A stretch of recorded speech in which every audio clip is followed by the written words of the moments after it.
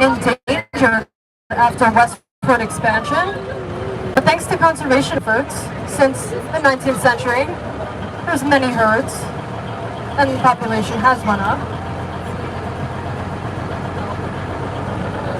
Okay, we got some more bison over here to the right.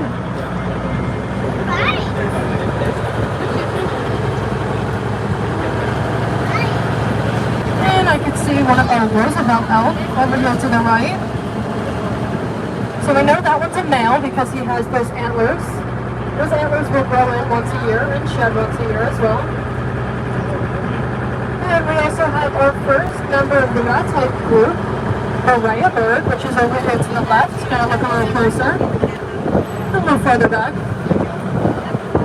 So this is going to be the first member of our ratites, which is a large flightless bird. These guys can grow up to 5 feet tall and run up to 35 miles an hour.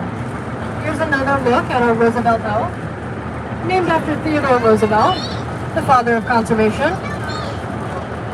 These guys are pretty big. The males can get up to 1,000 pounds, and they're the biggest subspecies of elk. There's another raya bird hanging out with the elks. And you can also see on the elk that they're also losing some fur. This is due to the warmer weather, of course. You can also see some turtles and stuff on the side of our ponds, bodies of water.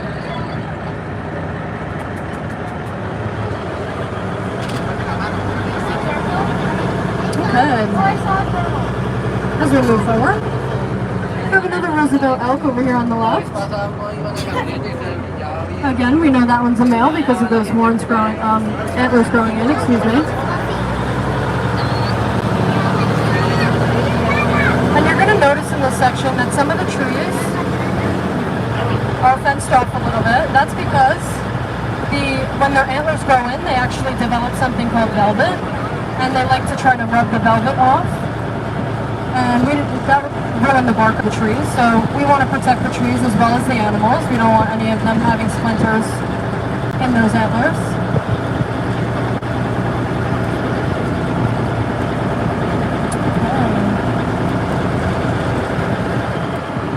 Let's see, we're going to come up on some fallow deer over here to the left of the truck.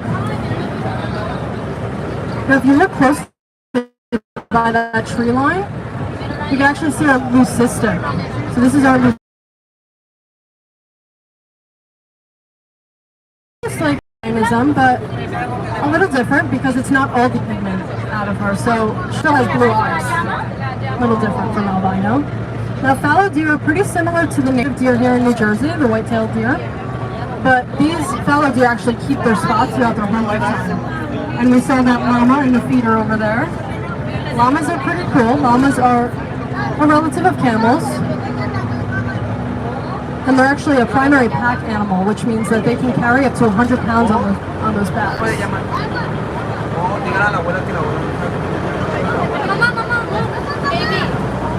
And llamas are also known to spit, but it's not just regular spit, it's actually regurgitated stomach bile.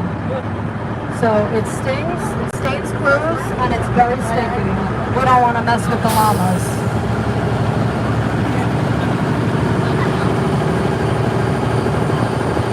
Okay, and as we make our way,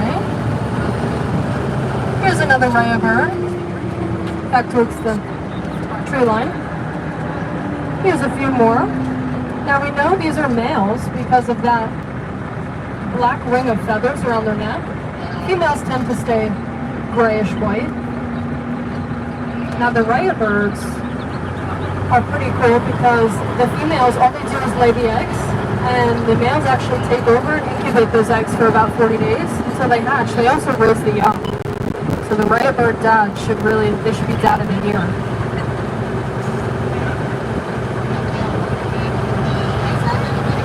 We're also going to see some Canada geese throughout. They're not necessarily a part of our safari, but we can't get rid of them. And they like it here. They thrive, so we let them be. Over here to the left side of the truck, we have another fallow deer. This little guy's been alone all day. He's not dealing with anybody today. He's all alone.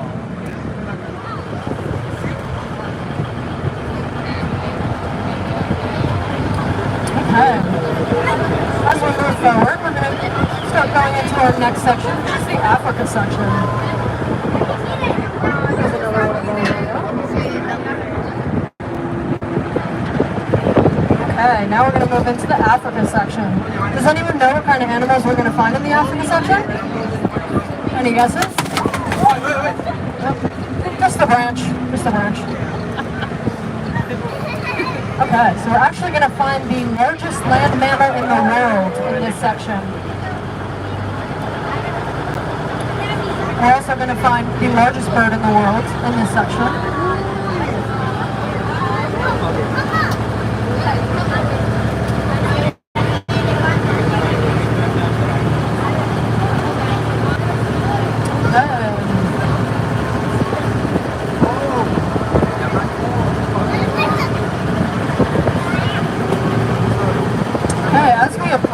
The first animal we are going to see today is the African elephant.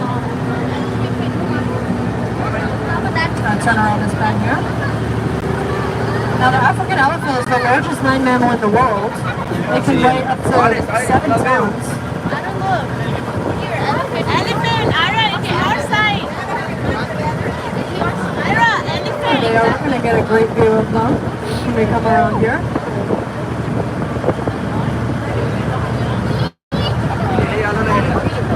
So elephants are really unique. There's something called a keystone species, which means if African elephants go extinct, many other species and ecosystems would go extinct as well. These are our golden girls. So these ladies have been here since the park opened in 1974. That makes them around 50 to 60 years old.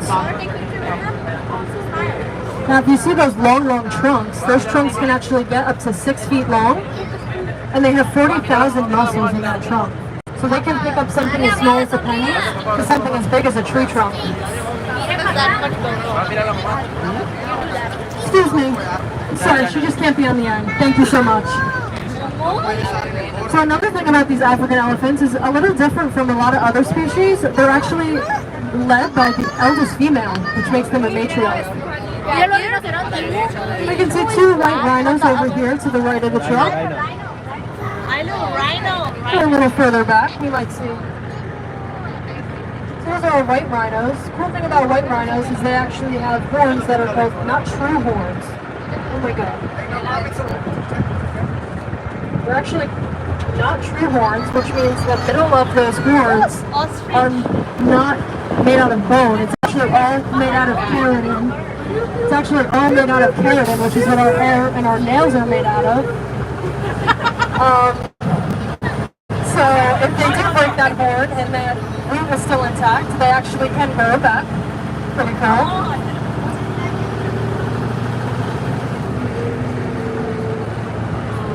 Okay.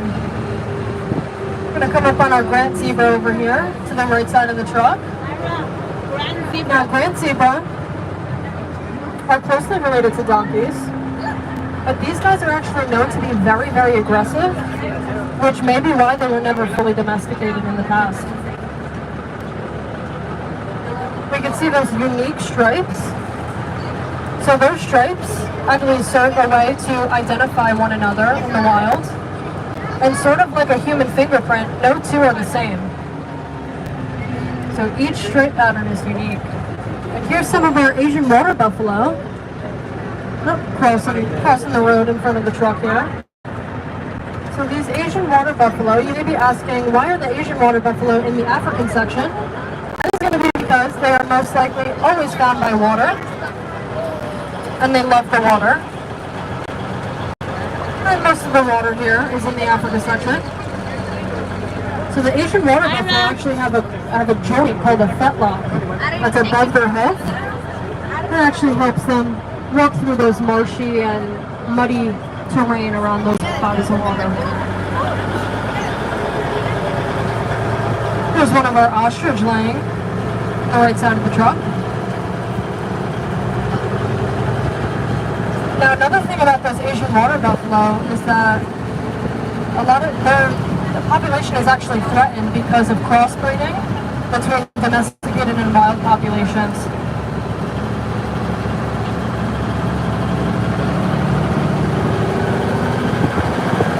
Let's see. We're going to come across another ostrich over here to the right. So these guys can run amazing speeds. They can run up to 43 miles an hour. They span about, they can get up to 9 feet in height. And again, they are a run-type flightless bird, but they are the largest bird in the world. Okay, we're moving into our wild plains. Let's see if this species is an antelope.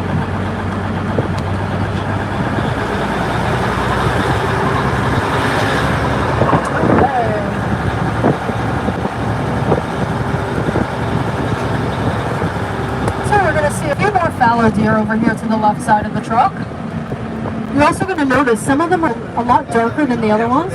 These are melanistic. So that means they have a little bit more melanin than the rest of the fallow deer. And if you look really, really closely back by the fence line over there, tree line, there's an ostrich sitting on his eggs.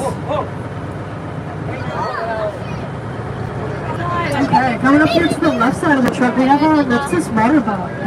So these guys are pretty cool. They actually secrete a substance, sort of like an oil, and it's a little smelly.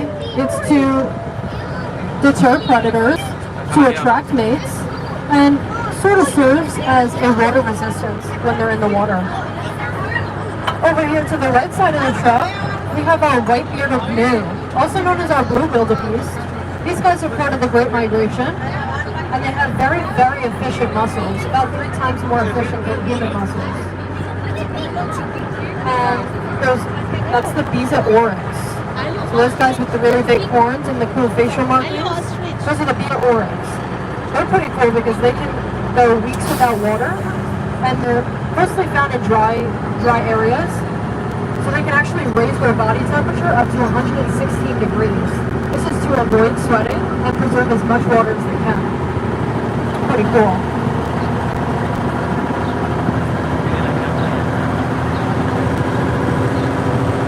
See 2 more ostrich back there by the tree line. We know those are females because of that gray coloring. We're also going to see a lot of these zebra-like trucks. Those are our wardens. So the wardens actually take care of the animals in their habitats all year round. So.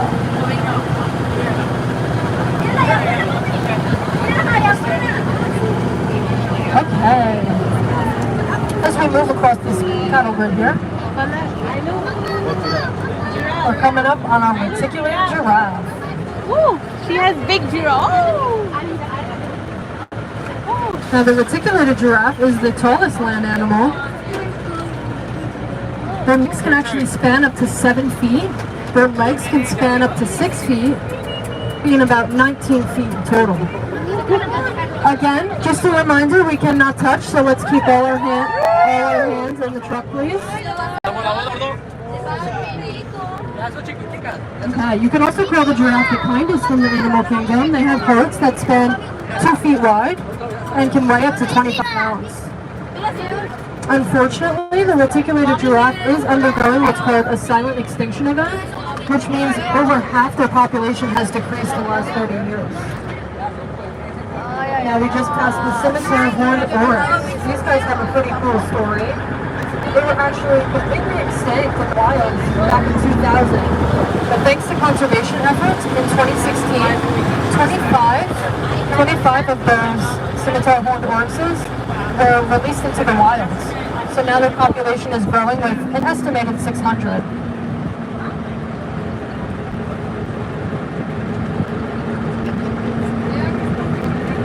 Got some more Canada geese. And as we get further on into the tour, the Canada geese do have little goslings, the little babies. We'll see a lot of those later on. Here's 2 of our blackbuck. Now blackbuck, you can easily identify them with those long curved horns. And and we're coming up on our Savannah Sunset Resort and Spa. Now this is what we call a glamping experience. This is not quite camping. You have everything you need from running water to plumbing. It comes with a 2-night minimum stay. It comes with complimentary giraffe feedings. And I've also heard that you can hear the lions and the tigers roar in the morning. So I think that's pretty cool. You have to go online to sixflags.com if you guys want to know a little bit more about that. But you also do get passes to all 3 parks with your stay. Okay, we're heading into the Serengeti grasslands.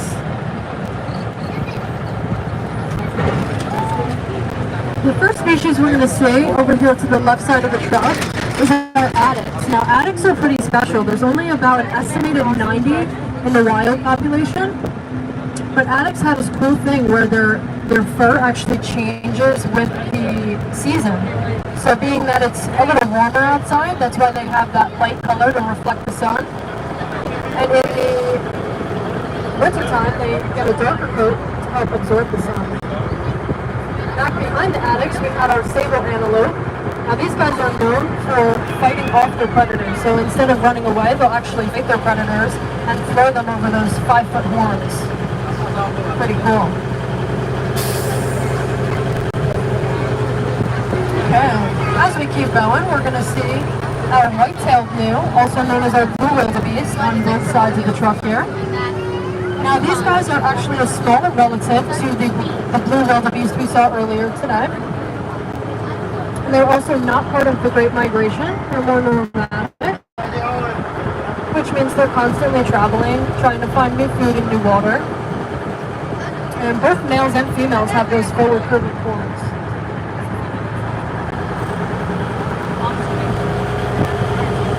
Okay, and if we look over here to the left, we see some of a Udad, also known as our Barbary sheep. These guys are very closely related to goats and are adept climbers. They're native to the Atlas Mountains. They're very great climbers. They can actually fall asleep on the side of a cliff if they wanted to. Another one of our black wildebeest. Oh, we're going to get a great look at our black buck over here to the right side. Now we know these are males because of those 4-foot horns. I think that one's a juvenile. Those horns are a little smaller. There's another good look at our ostrich. And we may even see, if you guys look over here to the left side, we can actually see one of our ostrich nests. So those eggs are the biggest eggs in the world. Those eggs can get up to 3 pounds, which is equivalent to 24 chicken eggs. 2 dozen chicken eggs. You can also see some Udad hanging out with the ostrich over there. Now if you notice these little divots across the land, that's from the Udad. They like to dig with those long horns.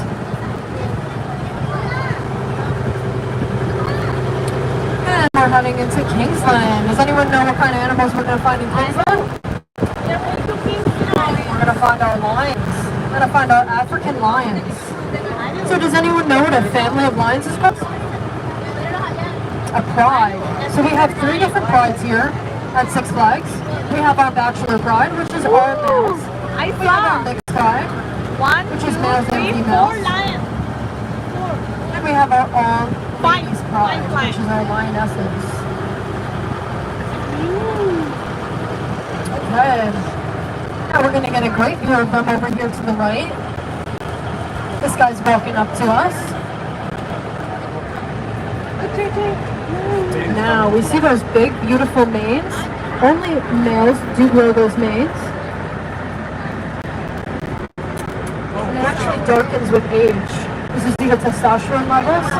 So it's very easy for the prides to identify who the oldest male is, the alpha male.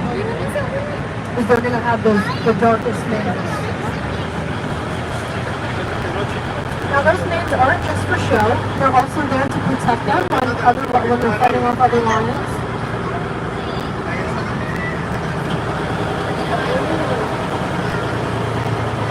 And a lion's roar can be heard from over 5 miles away. They're also the only true social species of cat. How many lions are there? And the only thing they have in common with your household pet is that their claws are retractable. So there's our mixed pride over there. And here's our lionesses, our females, to the left here. Papa, you see those menacing? That's so they don't climb. Now let's see. So the cool thing about lions is the females actually do all the hunting. And there's only about a 25% success rate with these hunts. So lions are known to gorge on their meals. They can actually eat up to 30 pounds in one sitting. Now, unfortunately, lions are endangered. Their populations have decreased about 40% in the last 20 years. This is due to trophy hunting, habitat loss, and overall human conflict.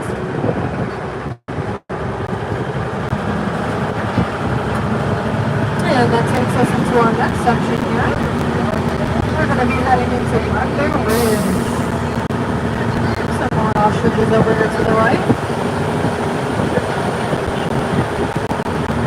Okay, now we're heading into Black Bear Ridge. This is where we're going to find the American black bear. Now, the American black bear is the smallest species of bear and the most widely distributed. So you can actually find the American black bear in 49 states in the United States. Does anyone know what state you can't find a black bear? Babies! It's going to be Hawaii. Baby. Mama!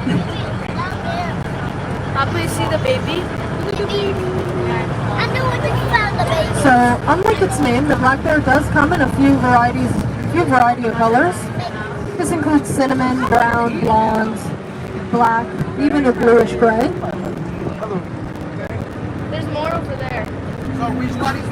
If we look closely, there's actually two cubs in this little hut over here. Very, very cute. They were born about a month or two ago, so they're pretty small.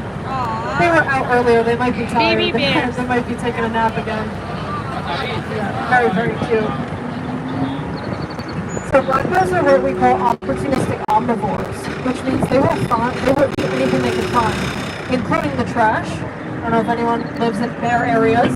They do get into the trash often, but they will find anything they can eat. This includes insects, vegetation, small rodents, etc. Now, the American black bear also has curved claws, and this makes them great climbers.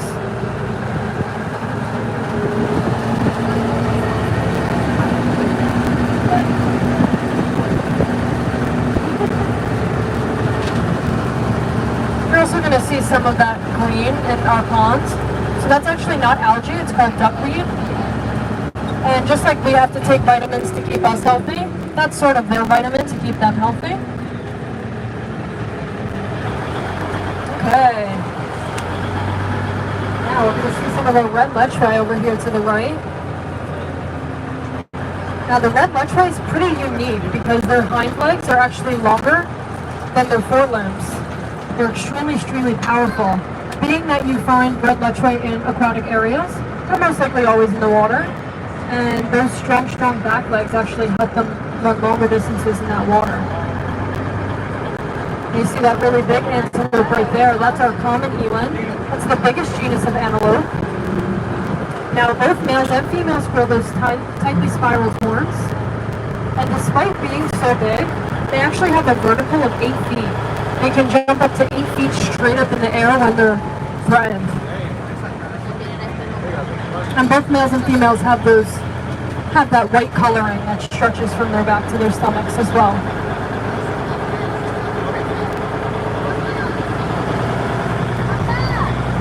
Get another look on both sides now.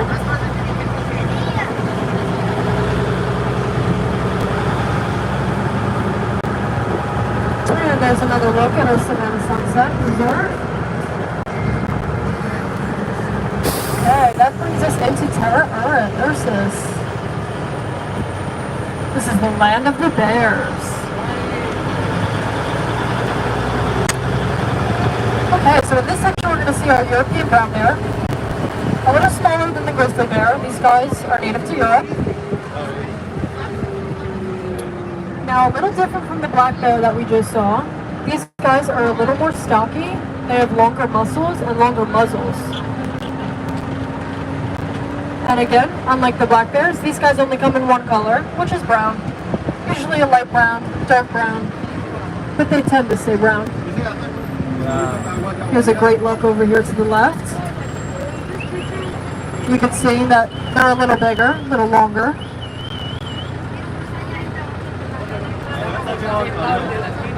Oh, he's digging back there. Aww.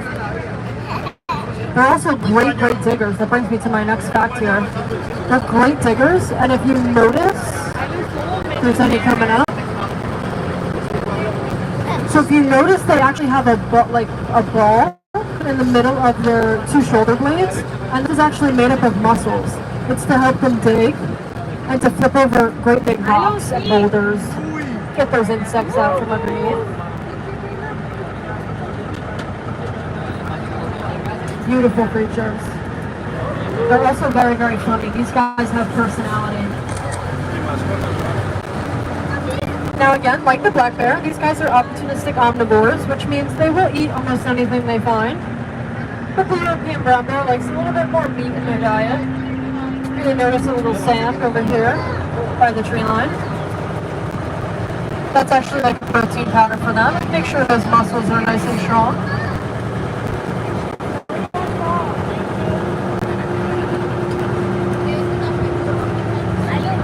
And they also do like the water. You can see this guy chilling in the water over here to the right. They do have toys in the water as well, but unfortunately they sunk.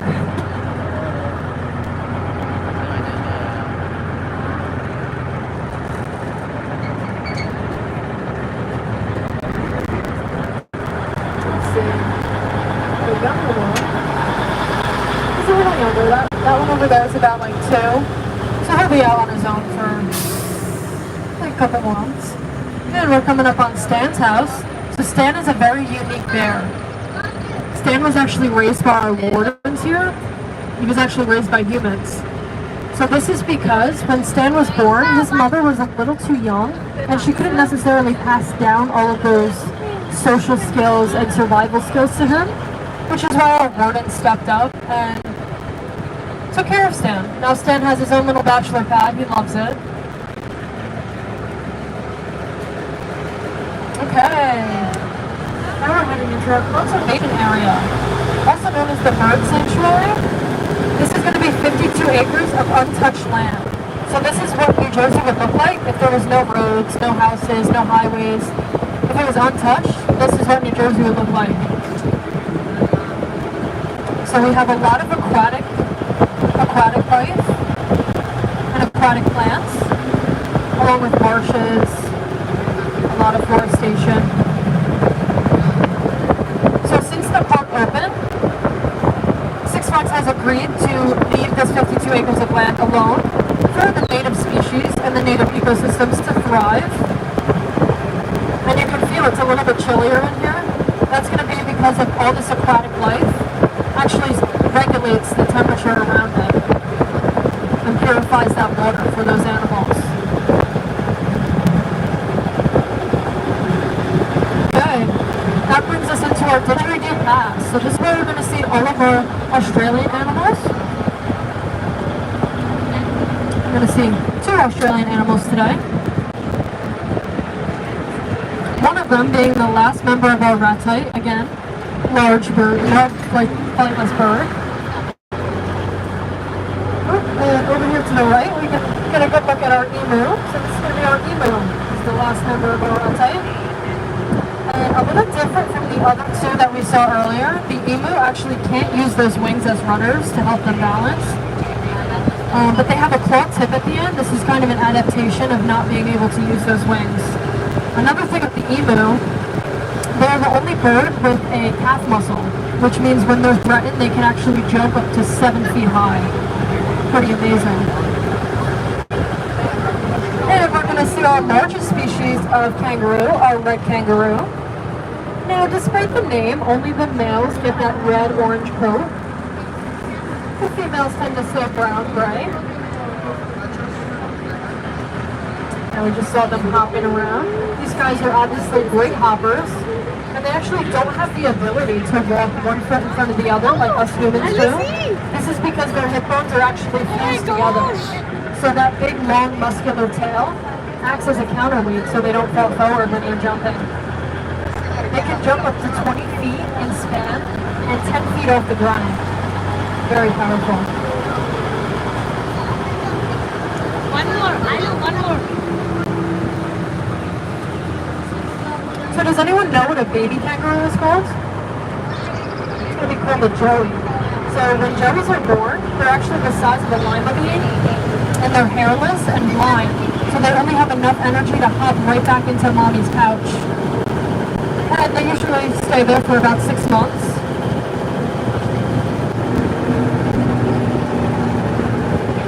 Okay, that brings us into our next section. Tiger Asiana.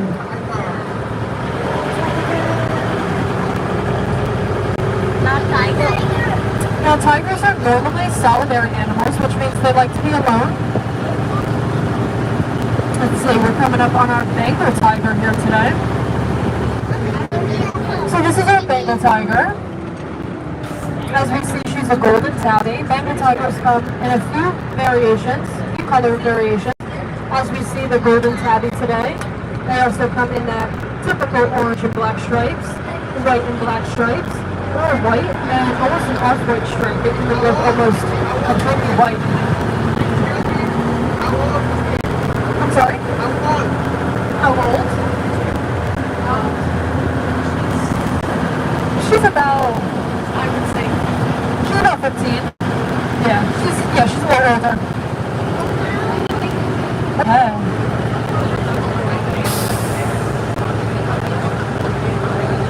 Okay, and we're going to see our Siberian tigers over here to the right. Now, Siberian tigers are the biggest species of cat in the world. This is an adaptation from them living in the northern environments. They have a bigger body and a bigger coat than the Bengal tiger we just saw earlier right now. And these guys only come in one color variation, which is that orange with black stripes. And again, tigers are normally solitary, but there is exceptions. Now, our exception here today, this is a litter. So their litter, it consists of 4 females and 1 male. And when these tigers were born, they actually brought the Siberian tiger population up by 1%. So they're all bonded. That's why we keep them together. And over here to the left, we have, we can see a better look over here to the right. And tigers are also what we call apex predators, which means they're great at running, they're great at climbing, and they're amazing at swimming. They actually have like a little webbing in between those claws that help them swim fast speeds. They can actually chase their prey into the water. Oh, there's another one over there.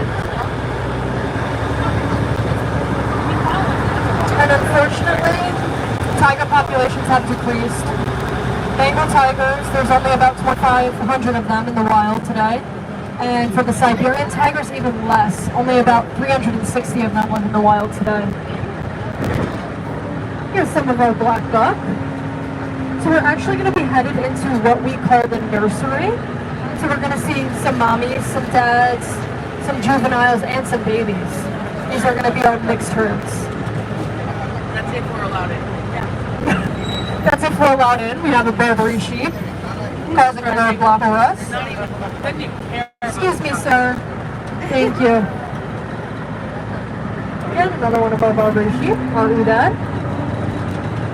Now for the black buck, we have a lot of black buck babies. I think we have about 19 now. And this is because black buck are a few of the host stock to have multiple births per year. You have up to, I believe, 3 births per year. And if we look closely over here to the right, we can see our nilgai.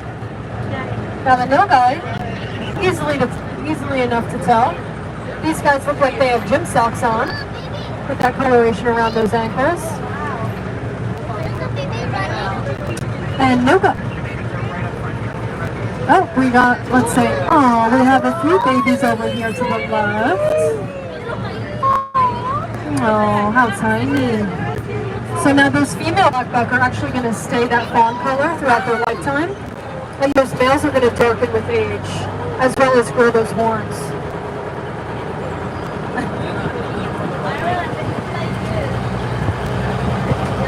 So another thing about the nilgai is that their populations are actually blossoming. And this is because of the decrease in tigers. Tigers are their natural predator. So nilgai populations have been booming over the past couple years. And this is also because they are native to Pakistan and India. And they serve as a sort of like a sacred animal. So they're not hunted or poached like many other species. You get a good look at them over here to the left in the feeder.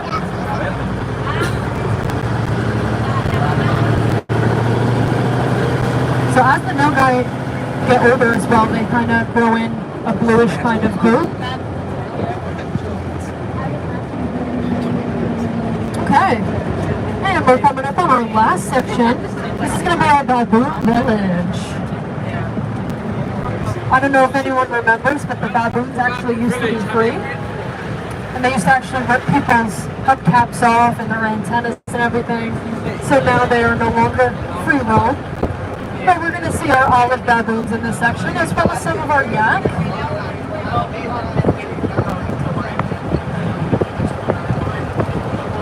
Okay, let's see. So the olive baboon is actually found in 25 different countries in Africa along the equator. And this is because they can live in a variety of environments and habitats. They're very, very good at finding the best nutrients in any environment they live in. So this can include grasslands to woodlands, all the way to cliffs and valleys. Yep, so here's our olive baboons over here to the left. And if you look a little further down, there's our yak. So the yak are native to Mongolia, northern China, and Russia. They're very equipped for that cold weather. They have very wide hoofs and very thick coats. Hello, monkey. No? Now, does anyone know the difference between a monkey and an ape? So you'll actually never find an ape with a tail. So our olive baboons are monkeys, but they are an exception because they actually cannot swing or pick up anything with those tails. So that's because those tails curl out at a 90-degree angle.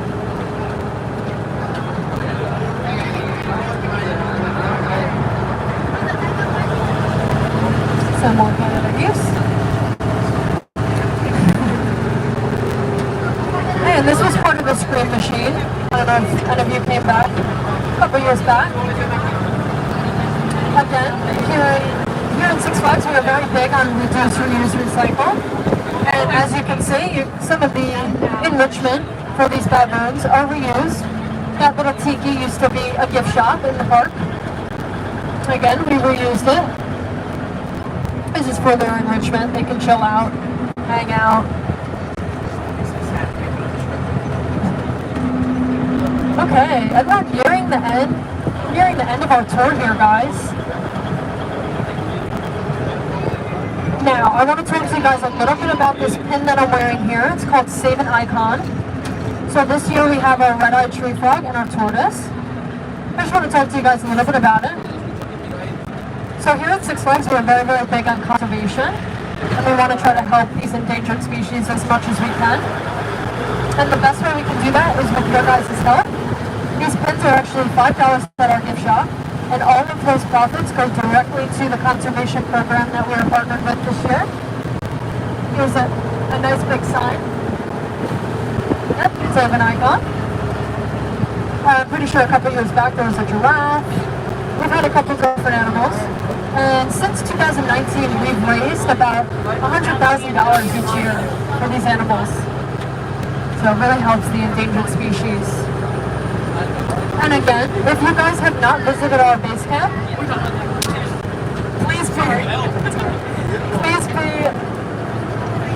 open to visit our base camp. Very, very cool stuff. We have our reptile house, which is actually I think it's a corn snake. That's about... It's a python. Oh, a python. Burmese python, which is actually the same length of a full-grown giraffe. So this is about it's about 18 foot long snake in there. Very, very cool. We also have the bone zone. If you guys are interested in that, learn about all the different antlers, horns, and skulls.